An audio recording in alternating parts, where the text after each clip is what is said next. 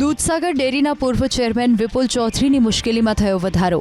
Bogus પગાર અને bonus કૌભાંડમાં અમદાવાદ સેશન્સ કોર્ટમાં વિપુલ ચૌધરી ચાર્જ ફ્રેમ કરવામાં આવ્યો છે. આ કેસમાં વિપુલ ચૌધરી સહિત આશાબેન ઠાકોર અને નિશિત બક્ષી વિરુદ્ધ ચાર્જ ફ્રેમ કરવામાં આવ્યો છે.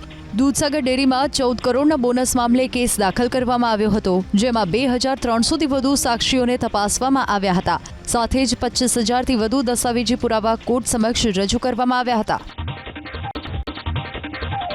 દૂધસાગર ડેરીના પૂર્વ ચેરમેન વિપુલ ચૌધરીની મુશ્કેલીમાં થયો વધારો.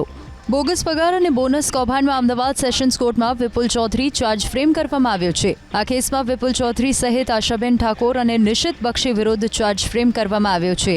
દૂધસાગર ડેરીમાં 14 કરોડના બોનસ મામલે કેસ દાખલ કરવામાં આવ્યો હતો, જેમાં 2300થી વધુ સાક્ષીઓને તપાસવામાં આવ્યા હતા. સાથે જ 25,000થી વધુ દસ્તાવેજી પુરાવા કોર્ટ સમક્ષ રજૂ કરવામાં આવ્યા હતા.